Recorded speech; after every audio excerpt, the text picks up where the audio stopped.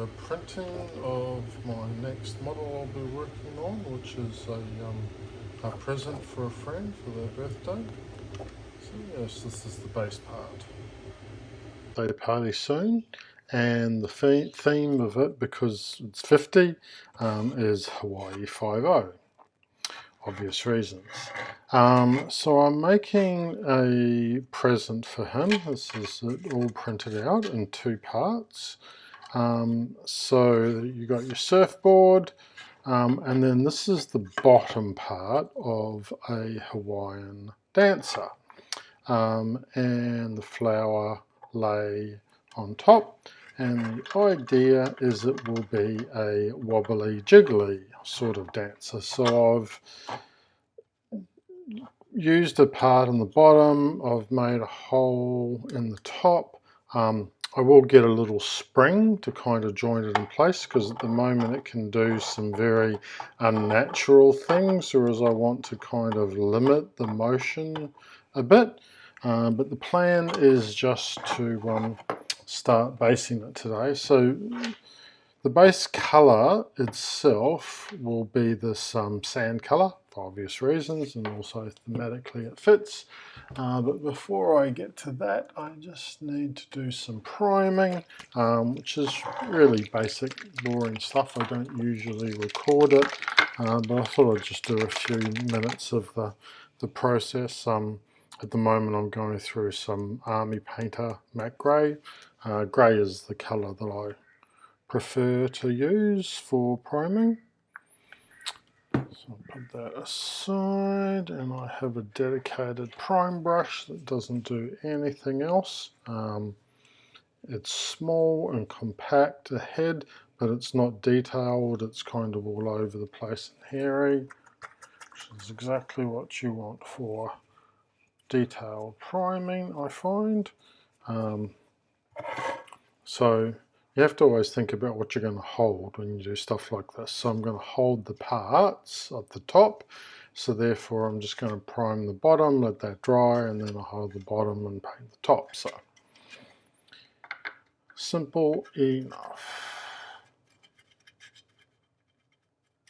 When I get into all the nooks and crannies, it is helpful going from white to grey, which is why I like a grey prime. I actually need a small brush for some of the lettering stuff. It's not going to get in there. Okay. Second brush. I always wet my brushes before I start adding paint to them, just to prepare the brush to be used. I don't know whether you have to or not, it's just habit, I just always do that. I've got, yeah, I might as well do all these little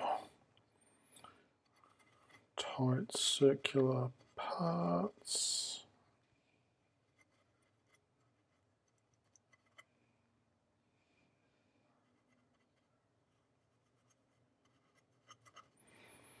Other than the sand colour, I haven't figured out the colour scheme yet, but the plan, if it goes to plan, is to do a bit of a freehand painting on the surfboard, because of course, you know, surfboards, a lot of them are kind of you know, artistic. They're not necessarily just a mono colour.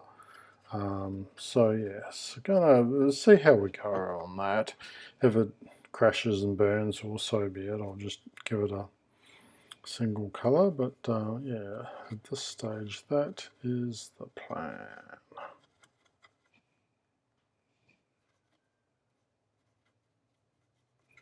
Okay, so that should get me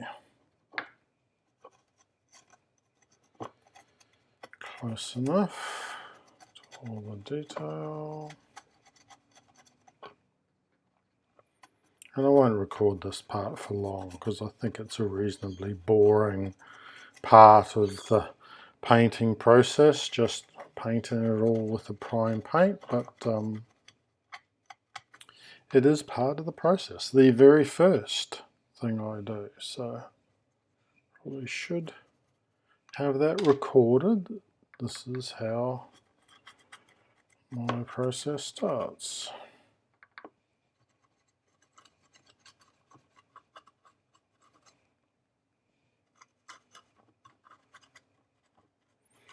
So in the 4-tick or 4 street light kind of color scheme, this is very much step 1.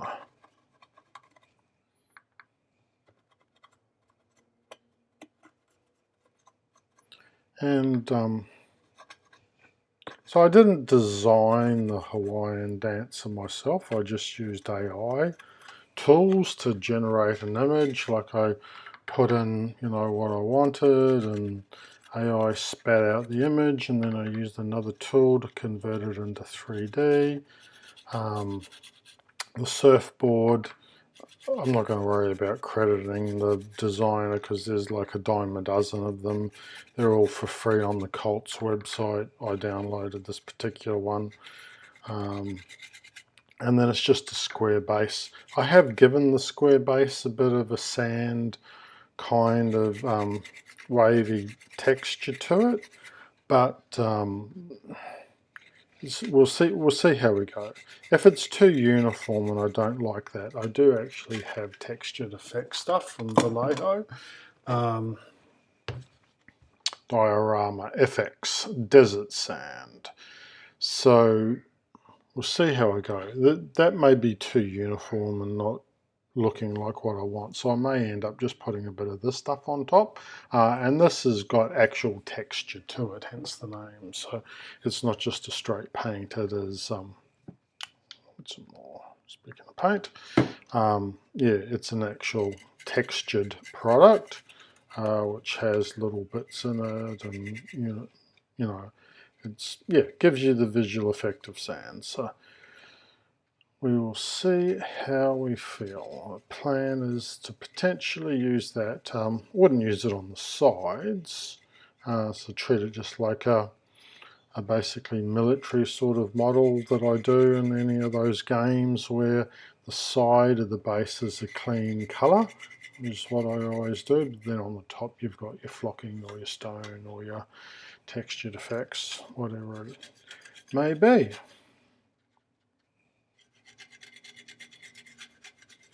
Really quick now, I've got past the lettering.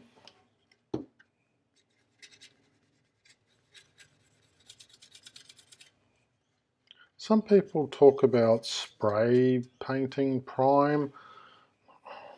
I have done it, I have tried it. I just find with the sort of texture of PLA that we get, that rubbing in different directions with a non-specific, non-directional brush, like, you know, basically it's kind of like a big ball, gives me the best result. So that's what I run with.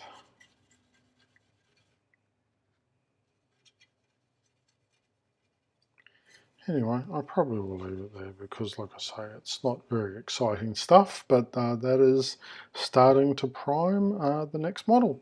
Okay, so now I've got the model primed, and then I've done a white colour block of it. White because the dress of the fluoro is going to be quite fluoro, and there's skin tones and there's sand tones, so you know, like a dark color is just going to make things very hard. And I have decided that I want to use this textured product rather than just paint on the top, so I'm going to do that first, and then paint around it. So I find the best thing for these is just like a very, very small trowel. And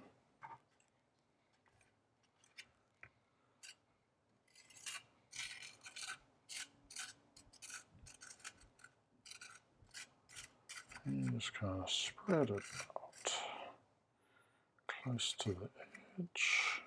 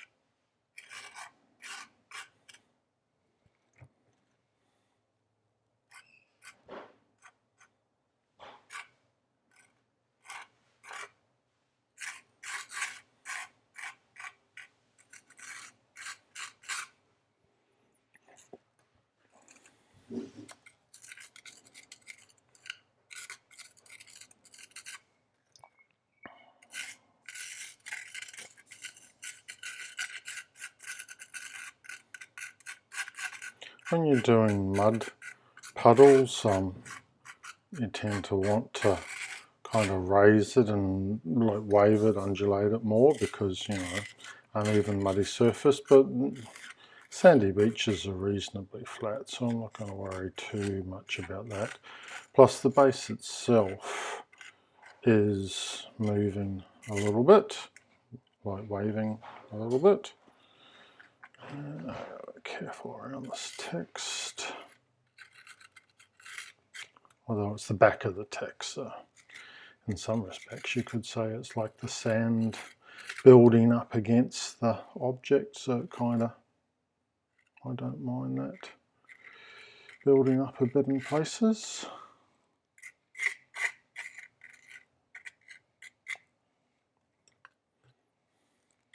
It is slightly darker sand colour than the Montmartre sand paint that I've got. So whether I change my mind and try and get a colour that matches this a bit closer, or whether I say, oh, it doesn't matter. We'll see how we feel. Got a bit on the side, I'll just smooth that out, but honestly it doesn't matter because I'm going to be painting the sides anyway. Yeah, I might actually build that up a little bit around the surfboard. It's like a surfboard that's been pushed into the sand, so I'm actually going to angle that and go up on the surfboard a bit. Yes, like that.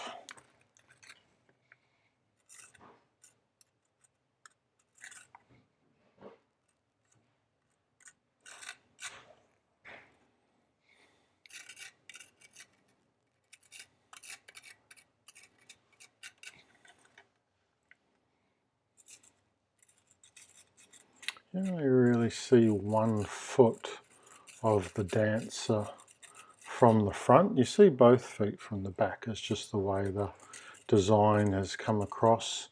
It's kind of hidden either by the skirt or in the sand. So I'm not really worrying too much about that.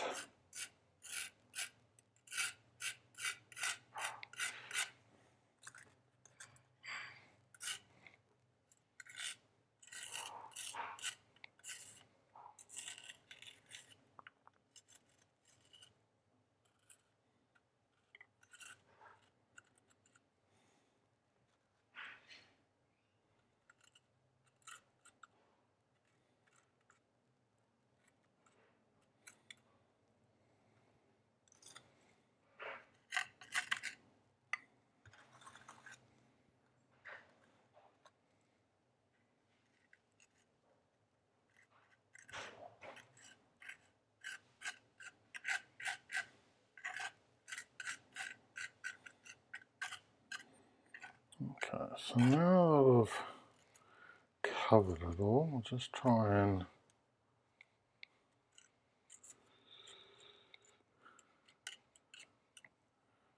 get it to look. You don't want even flat parts.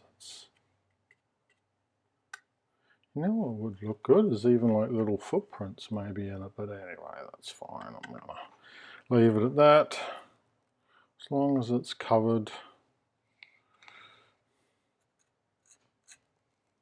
Yes. So just going to paint the front text of the gift. This is an AK colour called Ultramarine. I ended up deciding to just do the sides as well and around the text as best I can with the sand textured product. Once it was dry, it was pretty obvious to me that it's such a cool sand effect. Like, I really like the Vallejo textured effects. I think it's a great product. The mud as well. I've had a lot of good fun with bases. So I could match the colour of it no problem to a paint, but it just wasn't going to give the same kind of cool effect that I was looking for. And yes, I just decided to get it around the text as best I could. Couldn't do it with a trowel. I just used a small old crappy brush that was on its last legs and was thrown afterwards, because yeah, this sort of stuff pretty much destroys brushes. Well, that stuff I should say, not this. This is just regular paint. But obviously it's not a completely clean line coming off, you know, like trowels and that sort of brush setup. And I'm totally fine with that. Like if there are little bits of sand here and there, I'm going to try and leave them untouched, because it's just kind of like, you know, sand gets into everything, goes everywhere.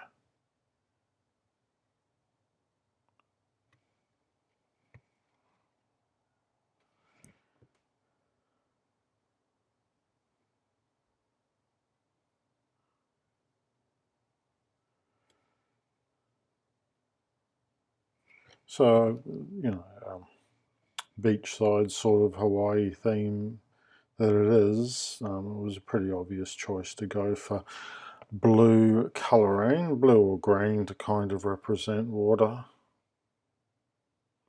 was the thinking.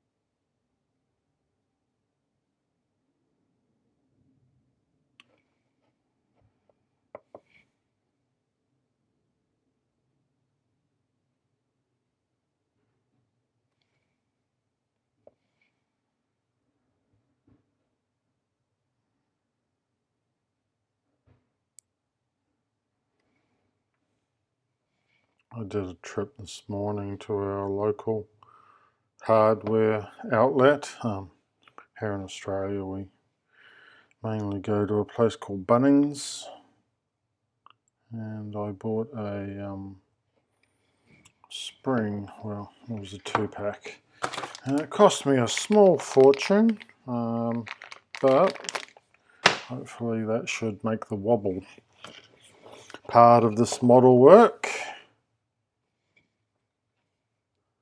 We will deal with that at a later time.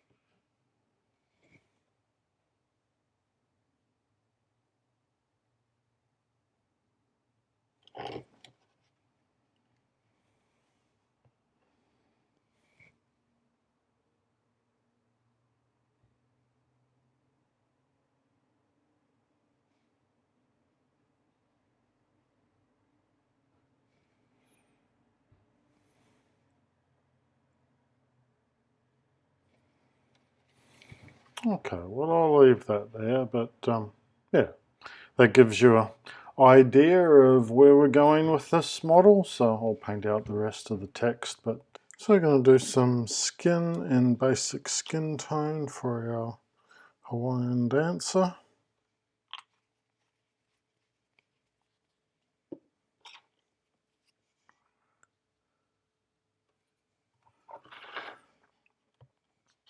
I've glued a spring in place for where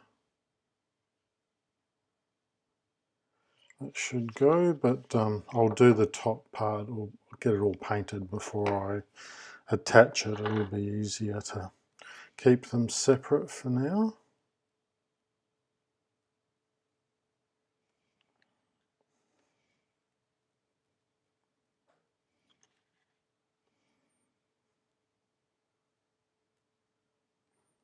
When I bought the spring at my local Bunnings hardware shop, it came very compressed, very compact, and so it didn't have a lot of wobble in it.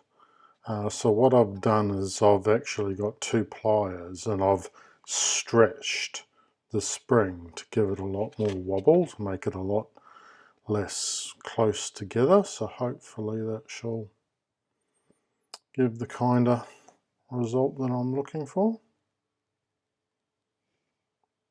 That's plan A anyway.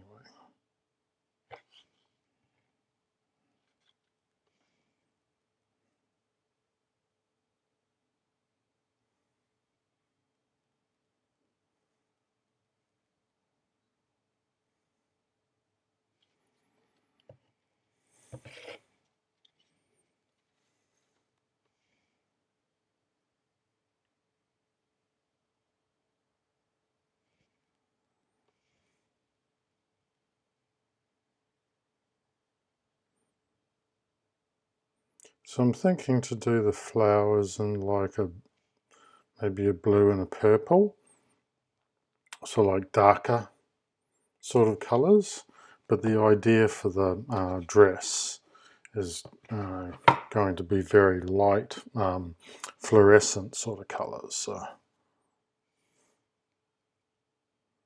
haven't decided on a hair colour yet. Maybe even a black or a dark brown might give it a little bit of contrast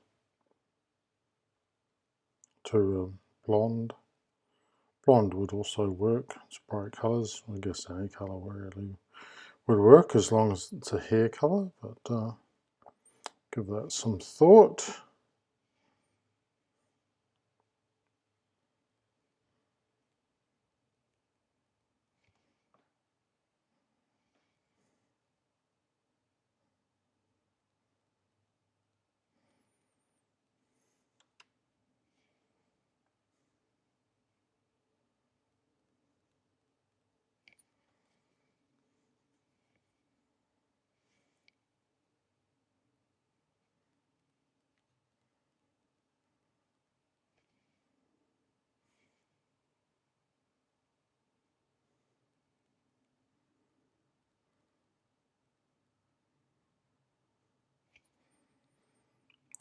Okay, so I'll only be able to do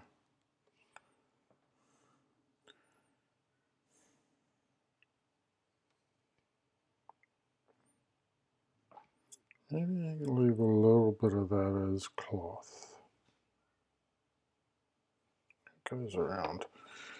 So if we're setting it like that, I'll be able to paint all the front. Okay.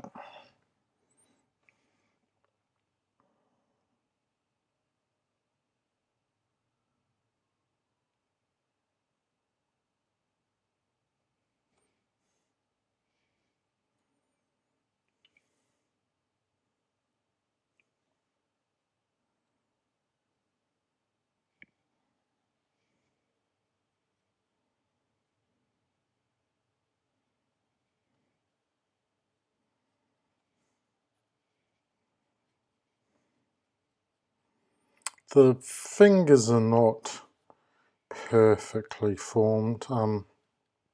AI can have some trouble with hands. I really should have put the model into Blender and kind of fix the fingers, but I didn't really know that there was a problem with them until after I'd printed them. I kind of just looked at the model and was like, yep, that's a dancer, that'll do, and printed it out. So it wasn't really until I had the physical form that I was like, some of those fingers aren't even. It's not 100%, but that is all right, because like I said, this is a birthday present for a friend, and my friend Rob, he knows a lot about AI, so as soon as I tell him that the hands were AI, well, the whole model was AI generated, I'm sure he will understand.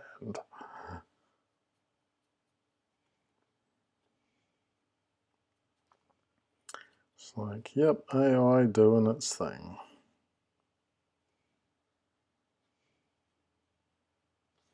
That's going to go down. Okay, it's going to go down that way, so I can do the whole arm here then. Pretty much. If I've got enough paint to do the whole arm.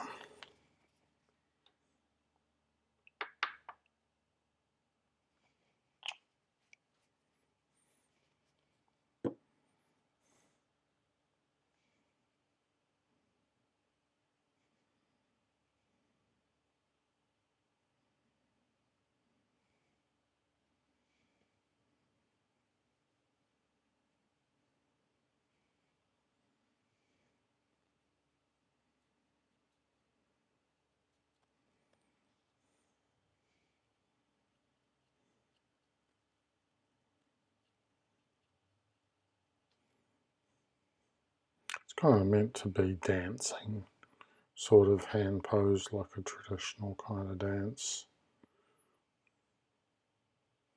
So I got the arms out the way it is, because in my prompt I said dancer.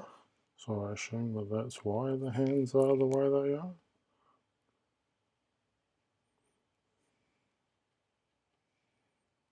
That's the thing with these kind of like, well, this is generated from an image, right? So you create the image first, and then the tools create the model.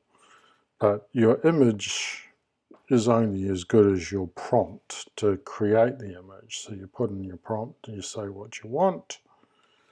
In this case, it was something like a Hawaiian dancer with a floral lei.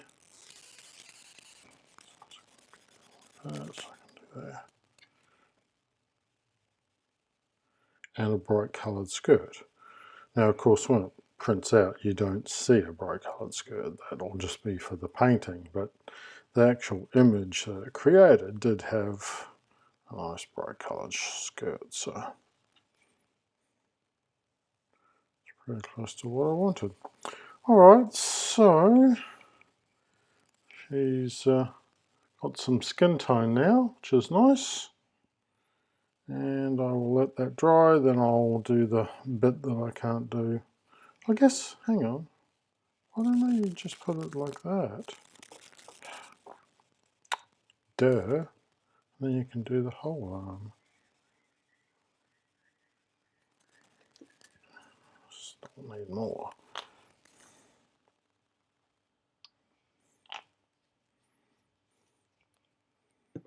Yes, I should have thought of that to start off with. Because I'm not painting there, because that's clothing on the bottom.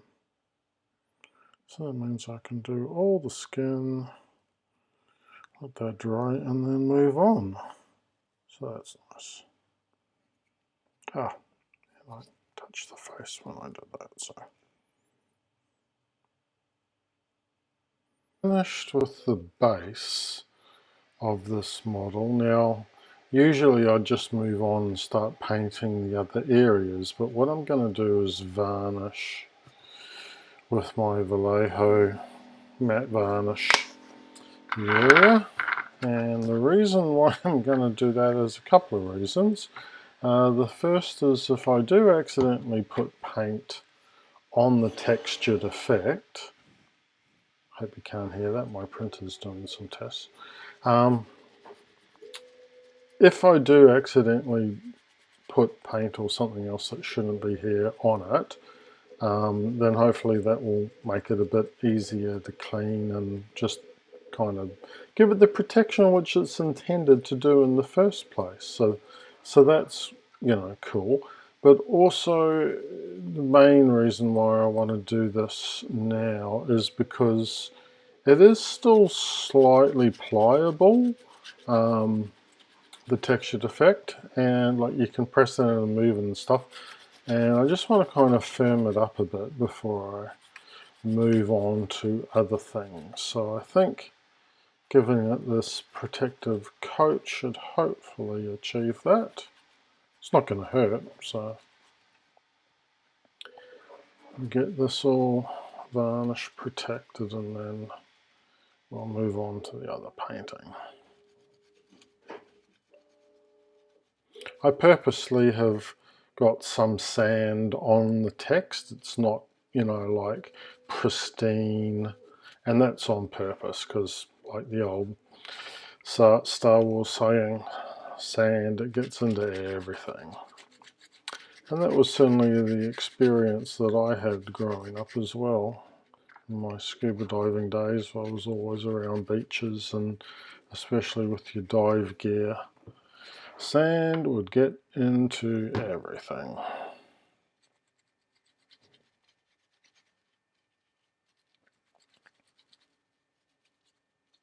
Not that I have scuba dived in a very long time, but I was an instructor. I was a dive master for a lot longer than I was an instructor. And I enjoyed it. Australia is a wonderful place for diving, although I did do some diving overseas as well. Had some great dives in Thailand.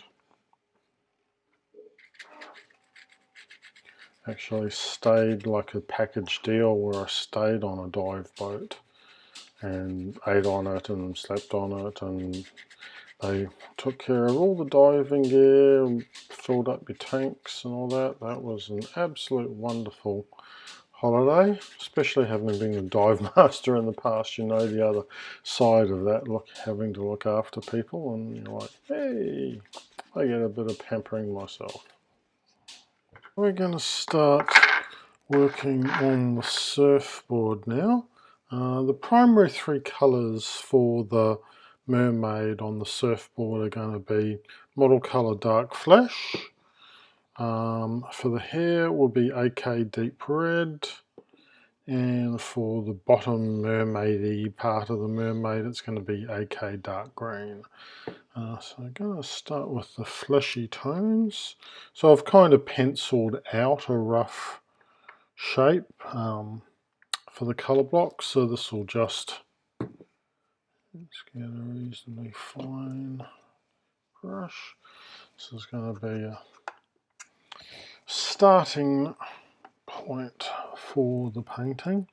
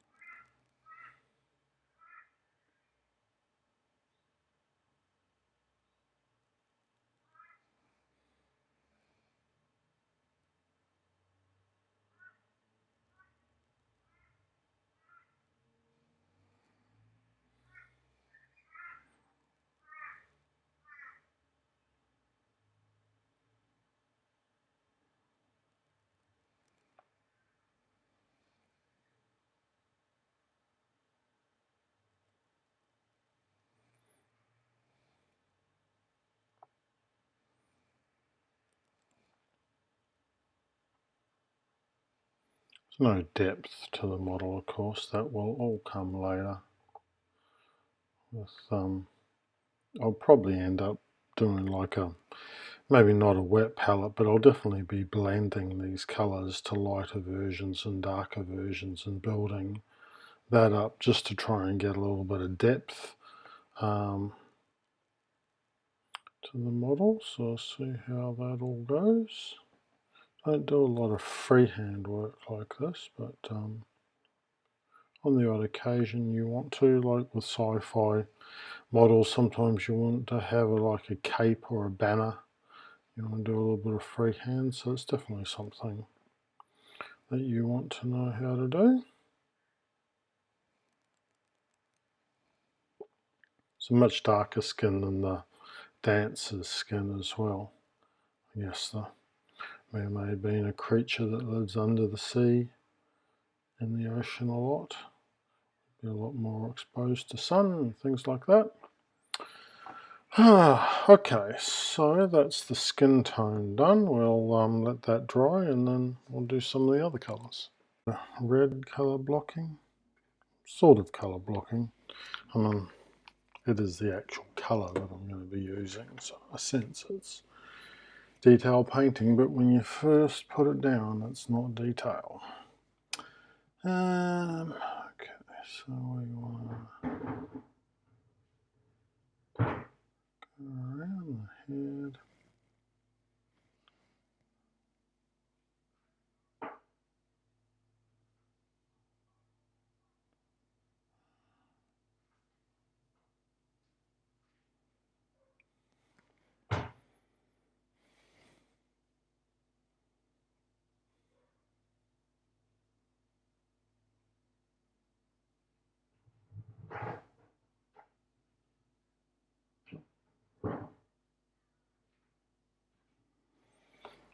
Okay, that'll do for that. And for the green, it's basically the body is kind of swooping down and around on the surfboard. Okay, and this is dark green by OK, so just underneath the skin area.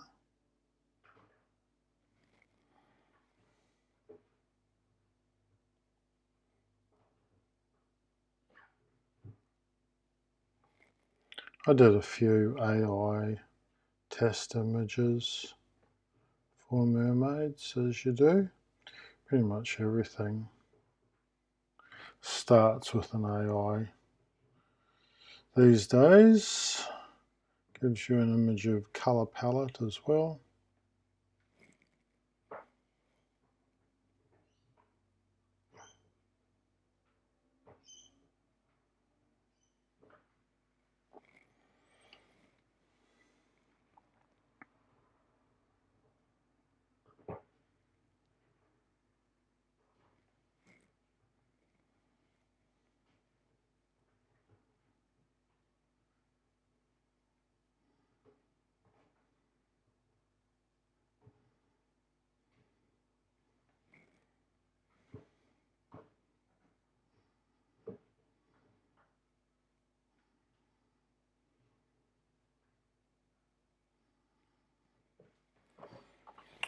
Okay, mermaid a little bit more.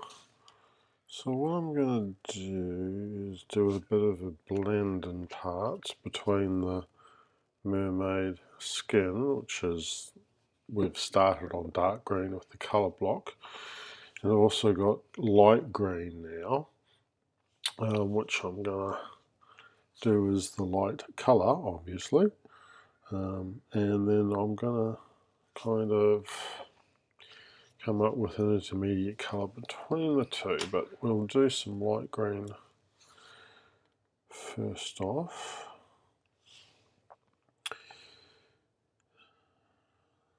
So this will be kind of like an area in the middle where light reflects to start.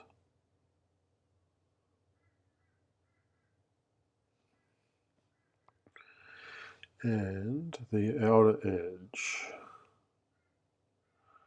And with a darker colour I'll do the same with the bottom edge. So this is like colour theory, where it's like light theory, where it's brighter at the top and darker at the bottom.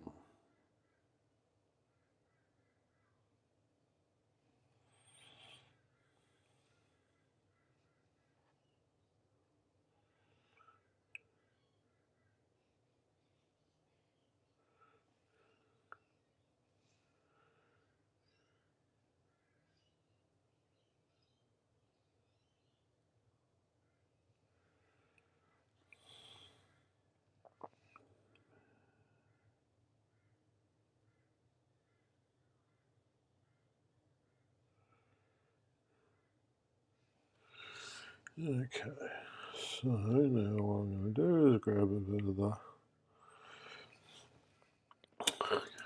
yeah, can't really see that. It's just merging the two in a bit in the middle area. I use butcher's paper or baking paper, however you want to prefer it, to a wet palette. As I think I've said before, I just have issues with wet palettes. And so this is just in the top sections.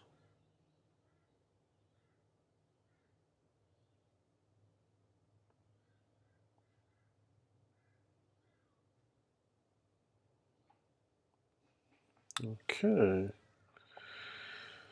that's all right. Now, with the dark green, to make that darker, that's basically one of the darker colors that I have. So I'm just going to get a bit of direct black. Won't need much. Very minimal. Actually, I might use a fresh brush to do this. So just a touch of black.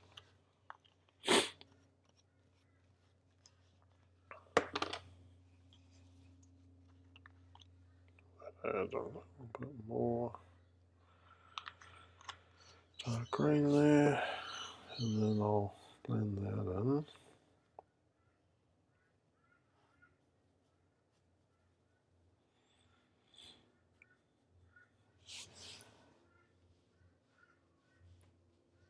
Too much black.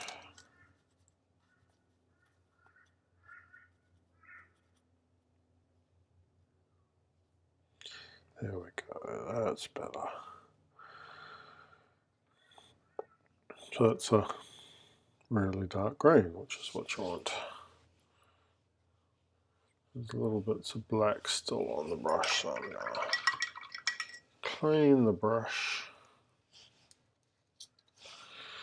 so that what I'm picking up is just the dark green colour that I've made. Once again, goes off camera. You can see in the middle there how it's darker. I'm going to do that as the bottom line.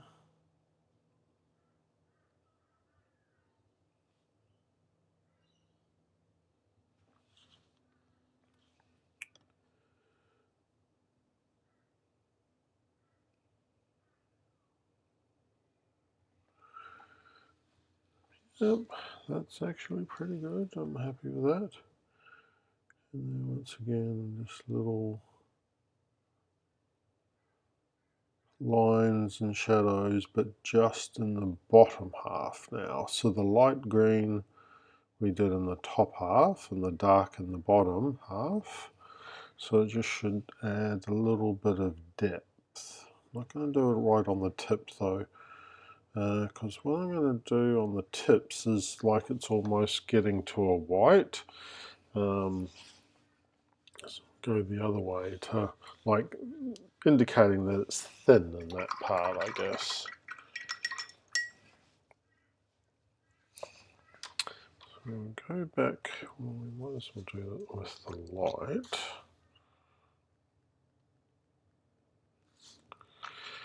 And this time, instead of the black, we're going to add just a touch of white to that, which should make it very light. In fact, I don't even mind just getting a bit of pure white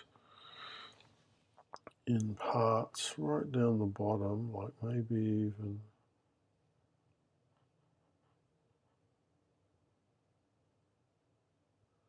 something like that. And then kind of going over and around that with the blend.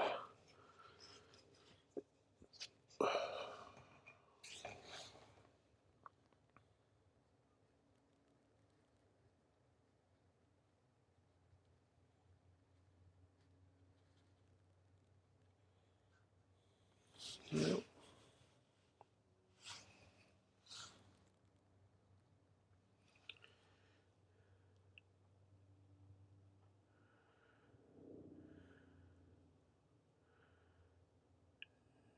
I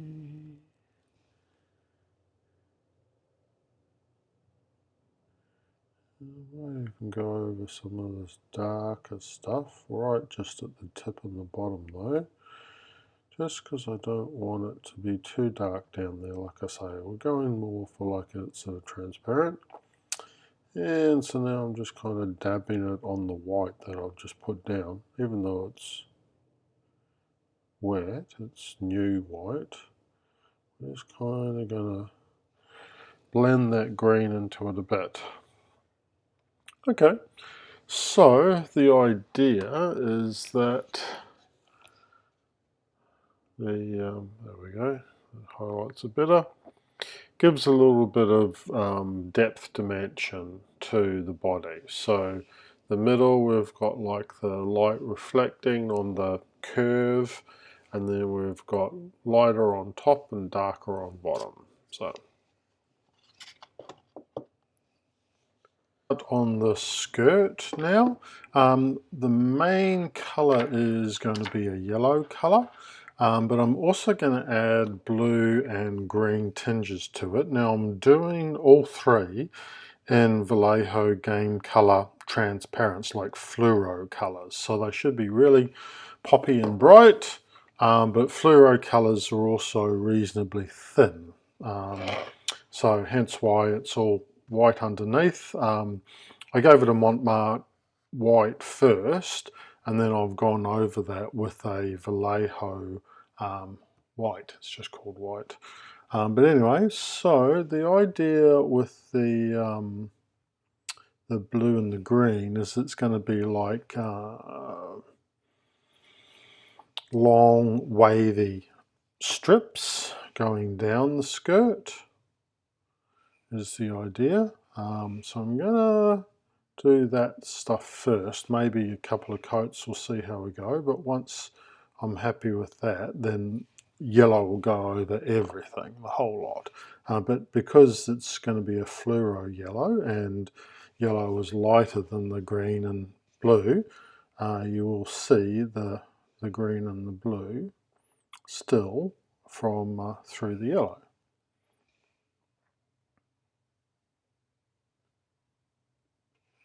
Just kind of mimicking a natural fabric. So I'm okay with spaces because of course I'm going to do the same with the green.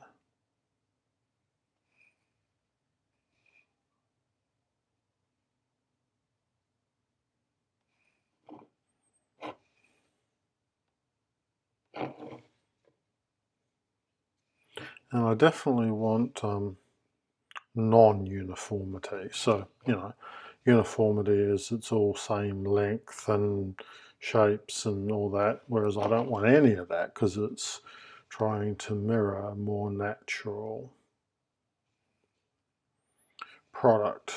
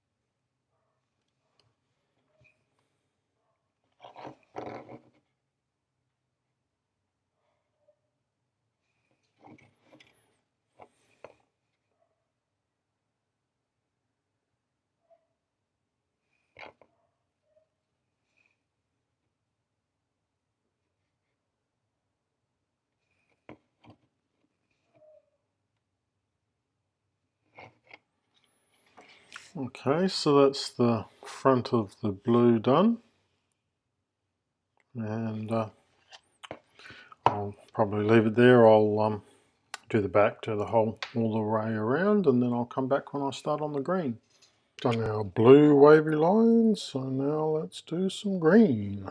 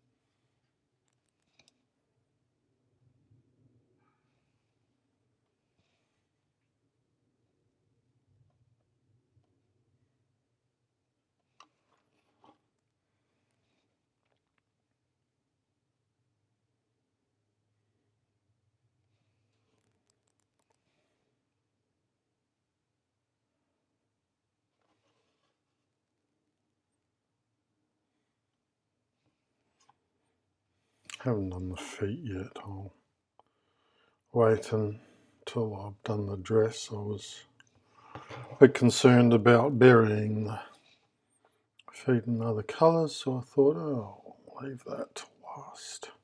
So there's just a little bit of skin colour left. Otherwise, the skin colour is done.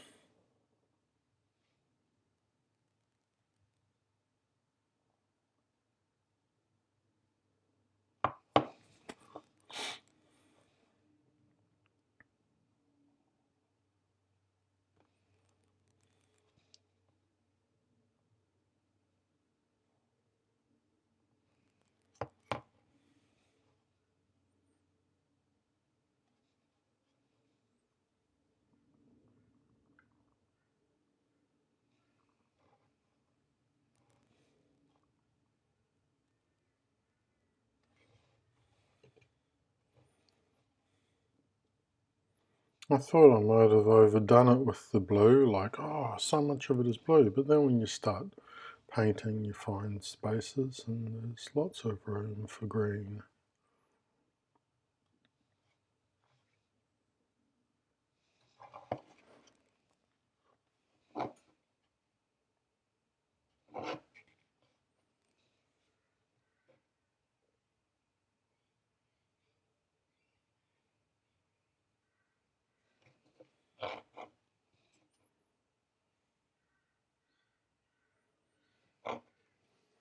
Okay, well, as with the last recording, I'll leave that there. So that's the front of the green done. I'll do the back, and then when I come back, it will be yellow everywhere. It's time to put the actual fluoro yellow colour out. Not a drop, not a fine brush this time, just more of a medium wide brush because it's going to go over it all. And I'm not entirely sure if one coat is going to be enough either. Might need a couple of coats. We'll just play it by ear.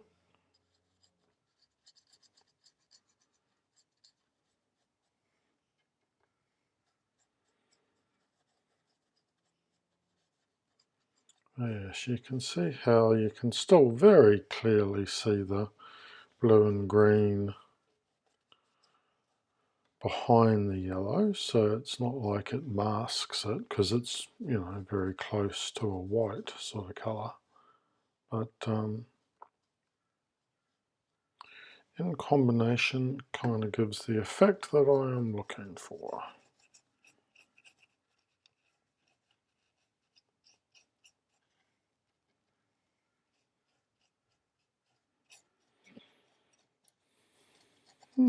Reasonably happy with that. Maybe one coat will do.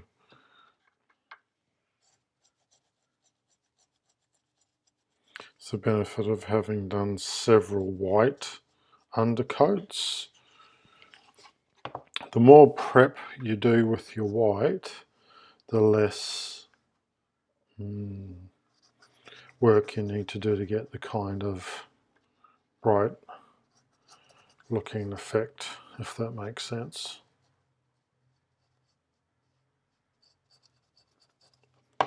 And that chewed through a whole bunch of paint for just about a quarter of the model, so I'm going to need a lot more. But it is thin paint, not thinned as in I've used water in it, but it is, you know, fluorescent paint is a transparent sort of formula of paint, I guess you would say. So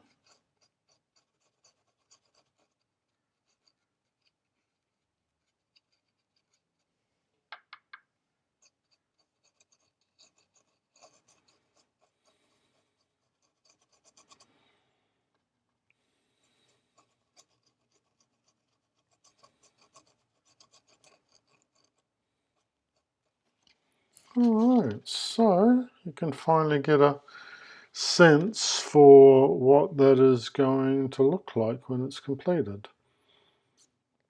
So that's the front of it done, and I'll do the back and see how we go. I may not need another coat. Depends on how bright I want it to look. Do the flowers now, and I kind of want a alternating set of like red, purple is the idea for that. So I'm going to use a magenta model color to start, and then we'll do the purple later.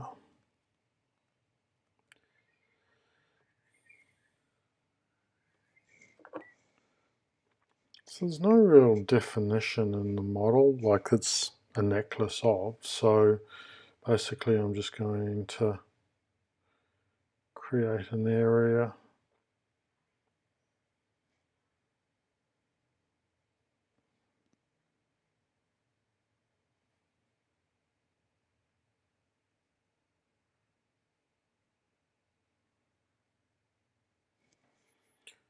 Yeah, and then leave space for the purple.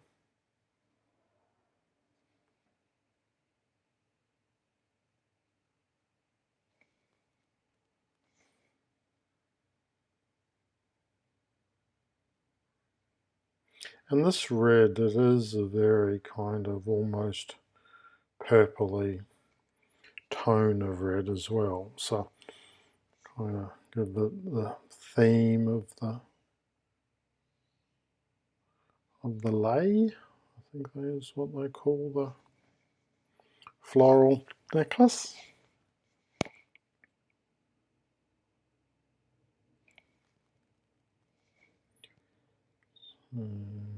There. Maybe like there, and then the bottom part will be the purple.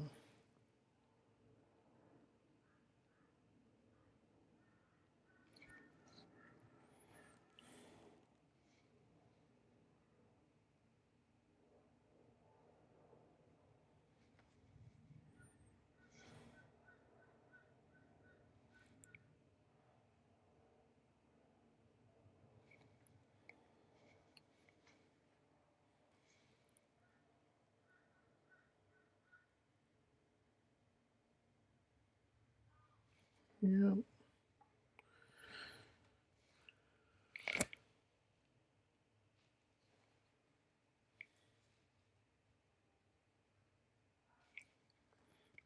Okay, that's kind of what I'm looking for, so that's fine. And I'll just mirror the zones on the other side as well.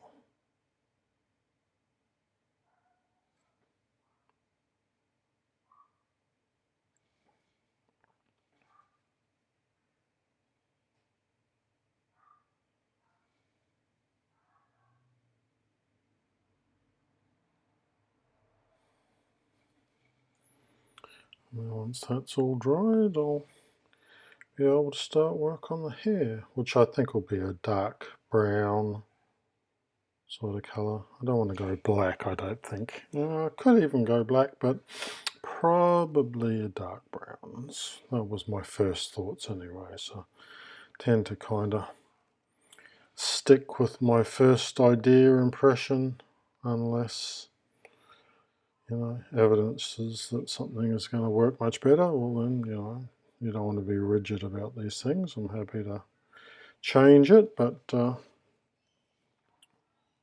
first idea is dark brown here.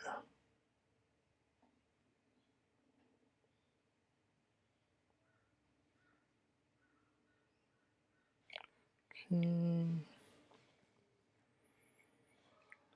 Like there.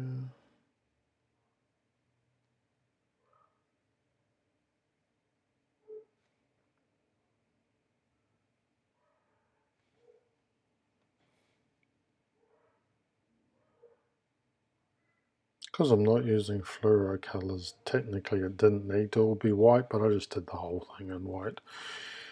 And it doesn't hurt, like it doesn't detract, if anything. Lighter colours, it makes it easier because there's no dark colour coming through behind it. But yeah, it's not like the skirt where that definitely had to be white because of the fluoro paints. Nothing else would have worked.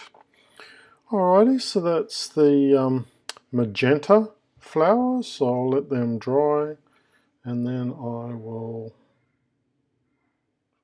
get a bit squarer. Then I'll come back and I'll do the purple, and then when that's dry I can work on the hair, and then when that's dry I can work on defining the face a bit better, and maybe even just doing some little white dabs for fingernails or something, but that will give the dancer a lot more character. Just continuing to work on the lei, on the flower lei. So this is the violet colour, fluorescent violet.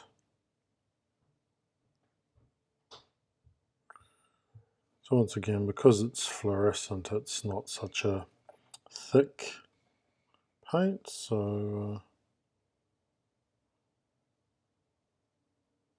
shouldn't be too strong and overpowering, hopefully.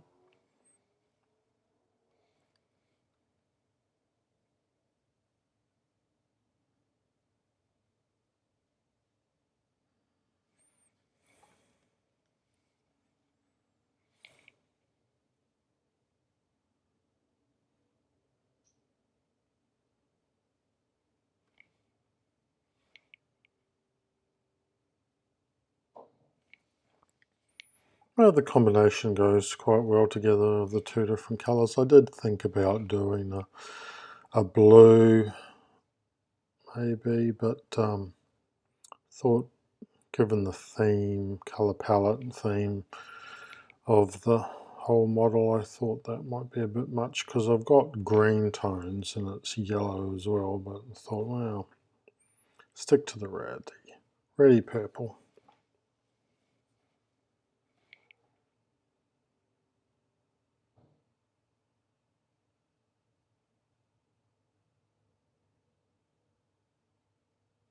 Really, from the design wise, it may have looked a lot nicer if they were more like individual round kind of joined flowers or something like that, but the AI tools that I used, this is what it kind of ended up looking like. In the picture I think it did look more like individual flowers, but the tool that I used to create the mesh, it just sort of lumped it into a big long necklace.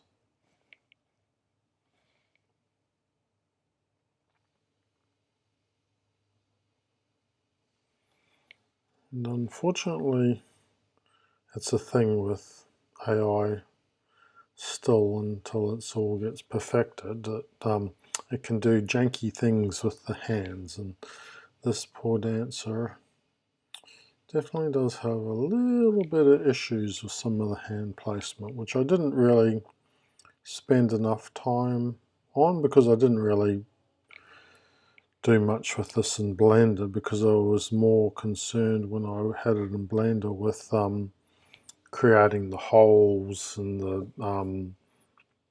the cutting keys, if you will. So the connection parts for the wobble. So because I kind of spent all my focus on that on Blender, I didn't really pay too much attention to the anatomy of it, and I should have, because I could have tidied up the fingers a bit, but oh well. In that sense, done is done.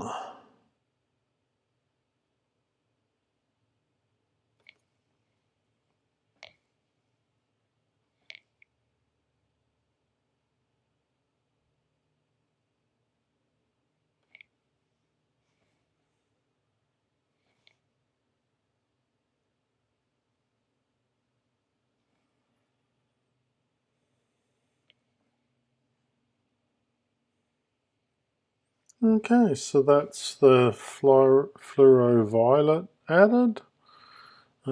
So yes, now I've got the two colours there for the lay. I'll let that dry and then I'll continue on working on the hair and face. Okay, dark brown is what I've decided to do as the main colour for the hair. I'll just get the brown down.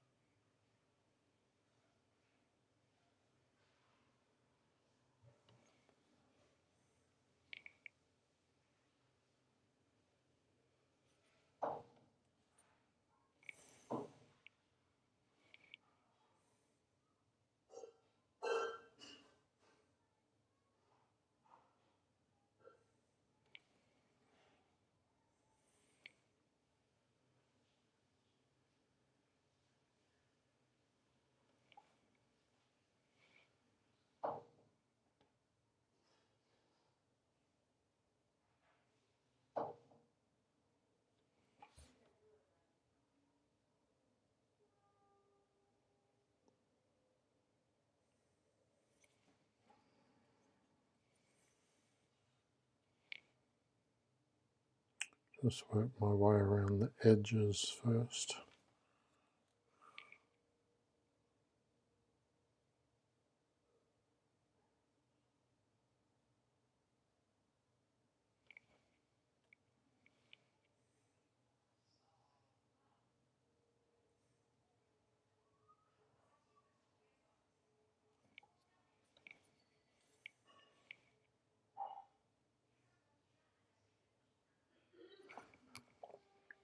Ended up getting called away from my desk for a minute there, so apologies for the interruption in the painting there.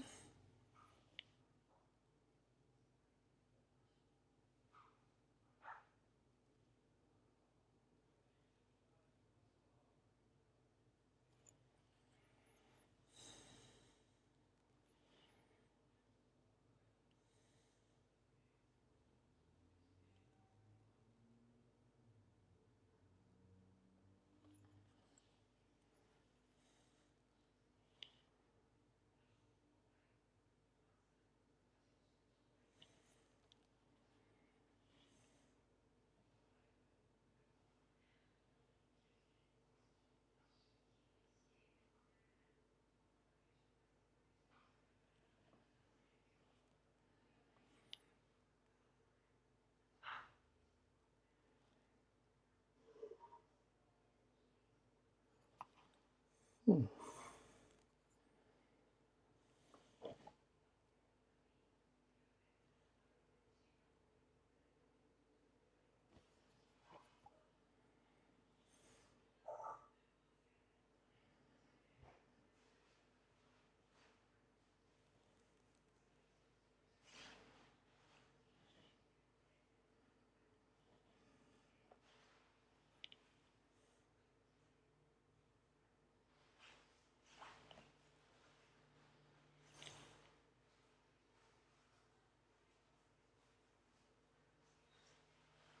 I think the combination of green top and dark brown hair works quite well.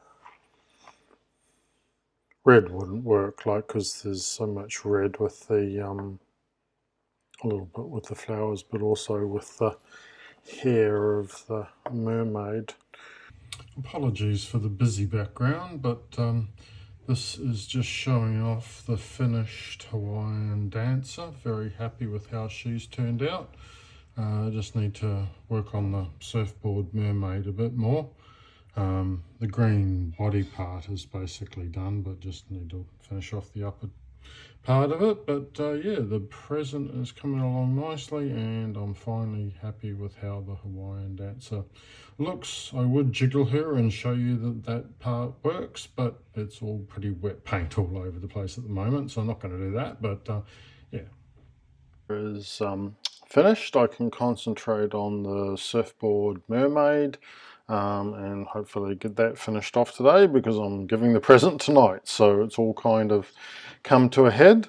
So I'm just going to work quickly on the hair side of things. So for the middle kind of like highlight, sunlight, middle part of the color tone for the red, I'm going to use this color called Dead Red.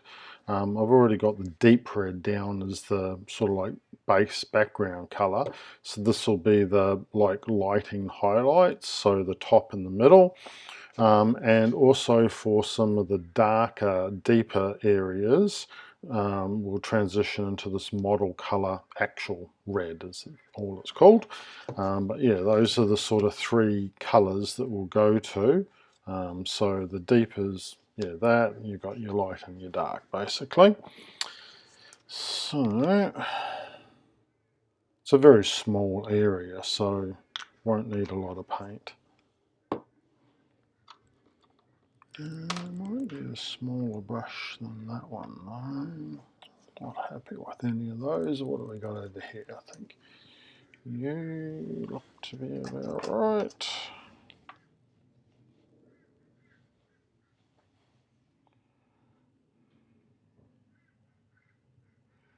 When you're doing really small fine stuff, I tend to like jiggle the brush a bit, make sure there's no stuck areas in it, and it's going to come to the sort of point that you want it to have. So I'm just going to do some lines along there, because that's a very small area. And this will be a line on top.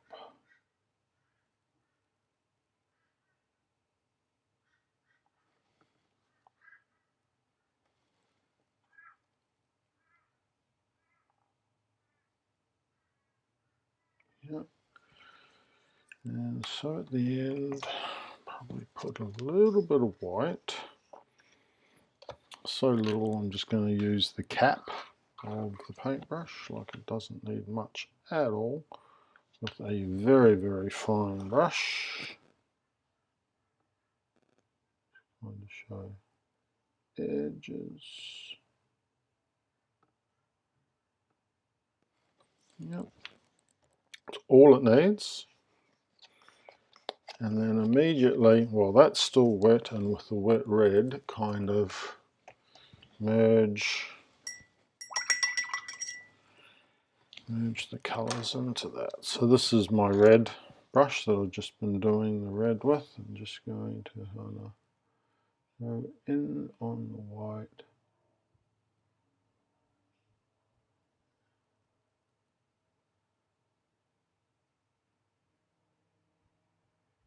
It'll make it kind of like a pinkier tone than the red. But that's fine. Okay, so we've got some light kind of merging there, maybe a little bit too much white right there.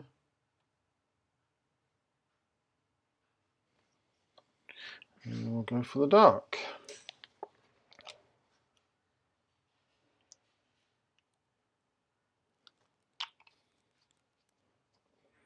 which is going to be the underside of the hair. Same brush, it's a red brush.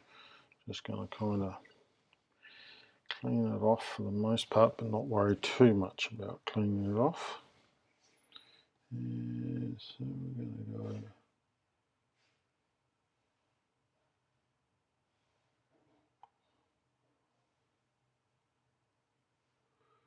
I'm going to do a whole solid line because I think that would look too much. It's kind of almost like a dot dash sort of line.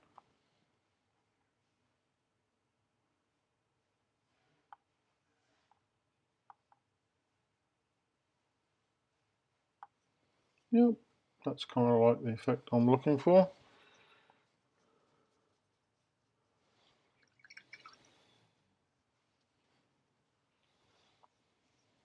I think I need a little bit more of the light, but I think it actually needs to be a little bit lighter than that. Might actually blend in a tiny amount of white. And I guess I could just grab a pink and do that, but you want to kind of make sure it's on the same shade.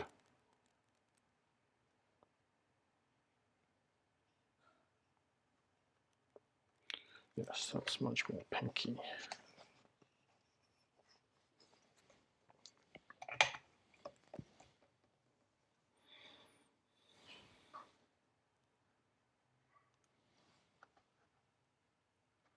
Especially down this middle part here.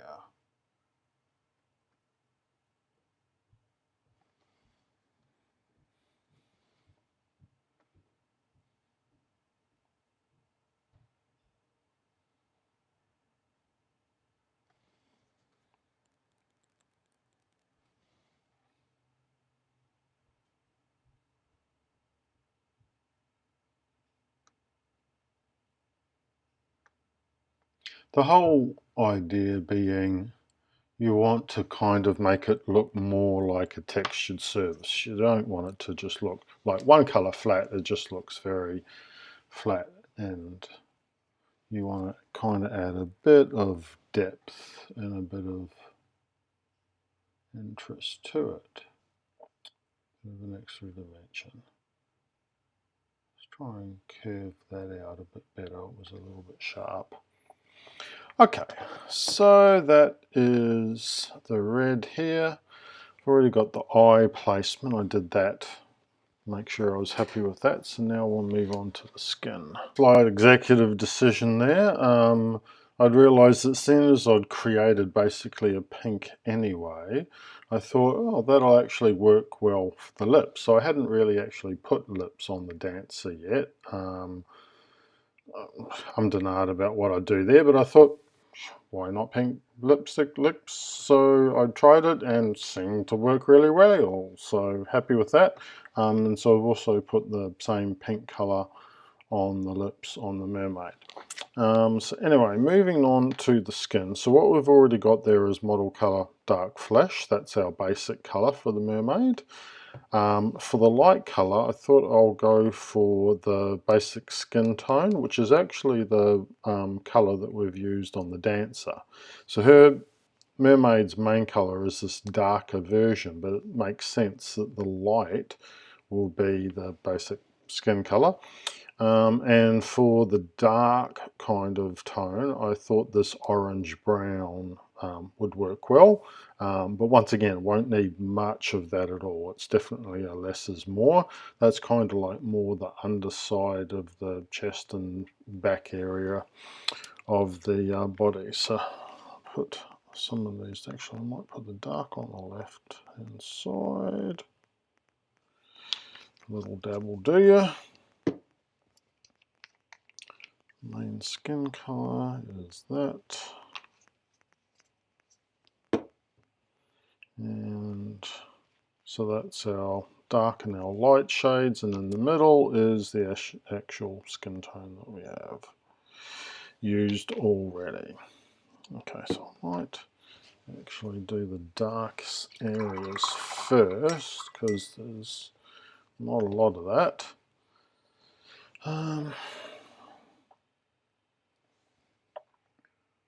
And once again, I'm going to do more like a stippling sort of effect rather than just like paint it all that color.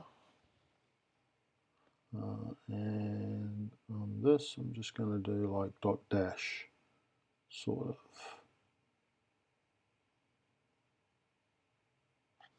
I just want to highlight that as being the kind of background.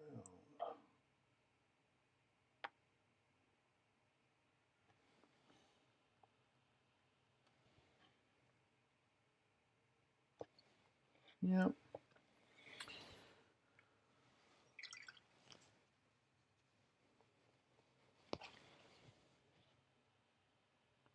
So now with the light colours we're going to be doing a lot more, obviously, kind of the tops of things like the top of the shoulder.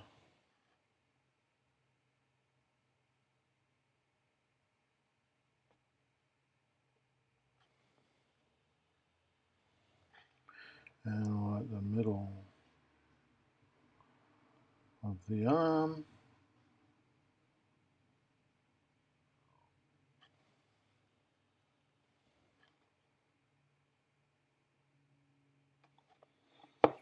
And the tops of the hand.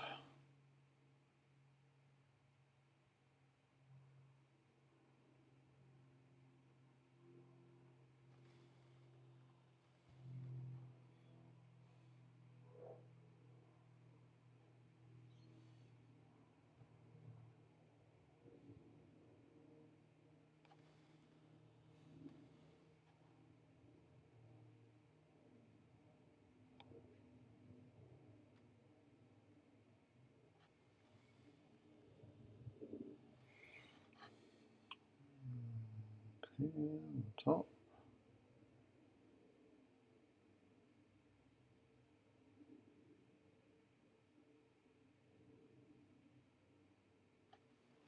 Yeah.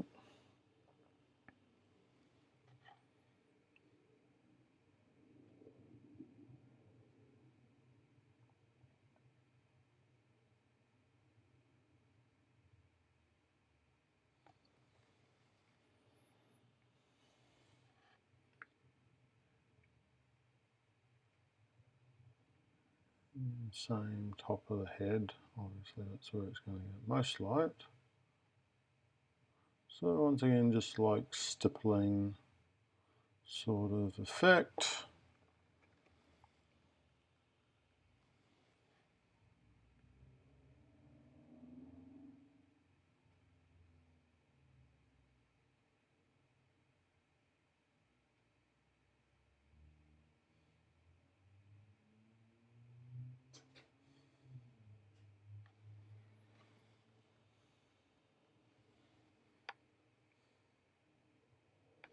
Actually, might be some darker areas in the chest there. But I'm just going to do like a V sort of light coming out from the abdomen. Yes, let's do a little bit of dark colour around there. Maybe a blend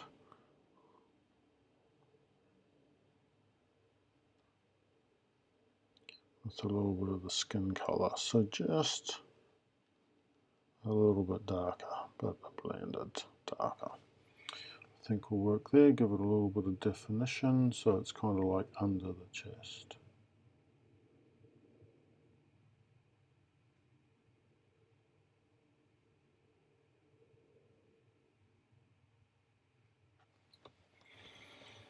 Alrighty, so that is, yeah, not too bad. I think I need a little bit of nose darkness though, because the nose is kind of disappearing. Let's go back to the full colour dark there, I think, and do on that. On the side.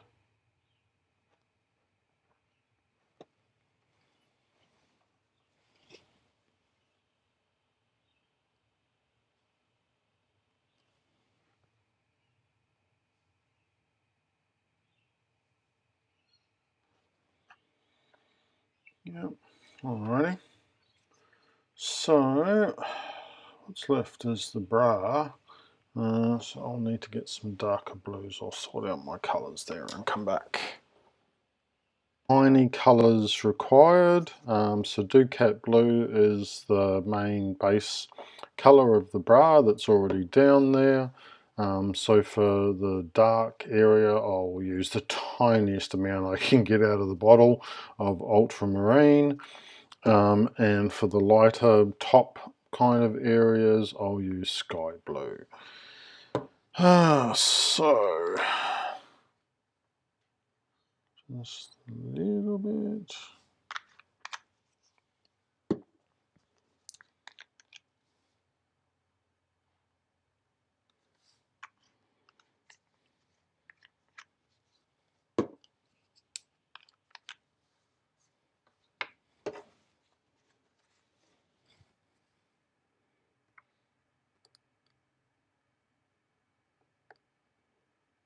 Sometimes when you put it on a vortex mixer, you can get these air bubbles like that. It just happens. It's part of the deal. So the dark colour is going to be the underneath.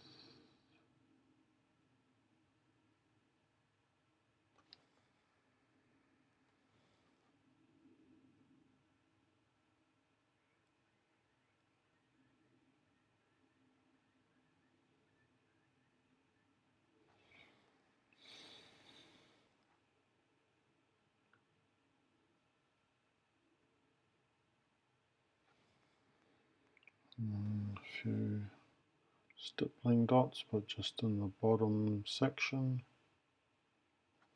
Just to add a little bit of texture, I guess, is what I tend to call it. It just doesn't look like a flat part. That's pretty much all I need of that. And then just a line on the underneath of the there. Okay, so very little dark required at all.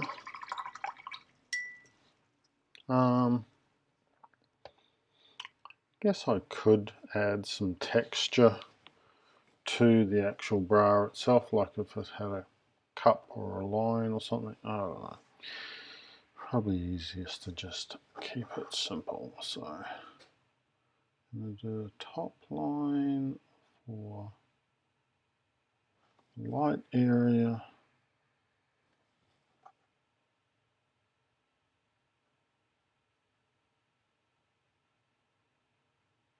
This is literally about the smallest, pointiest brush I have in my arsenal of brushes. So.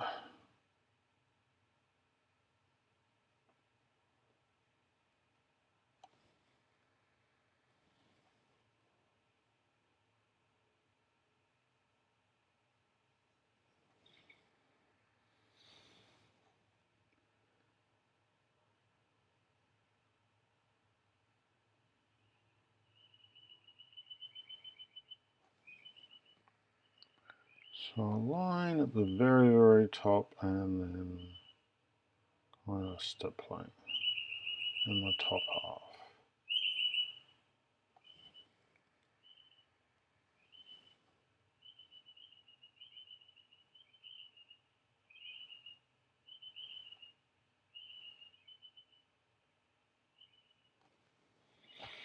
Alrighty. That is pretty much what I was looking for.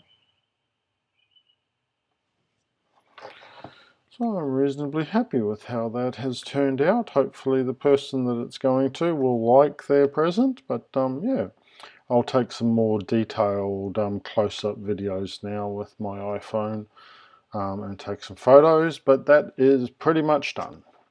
Alright, as always, thank you very much for watching. And so this is the final of the model. Hawaiian dancer, the signs and the sand and the beach and the mermaid on the surfboard.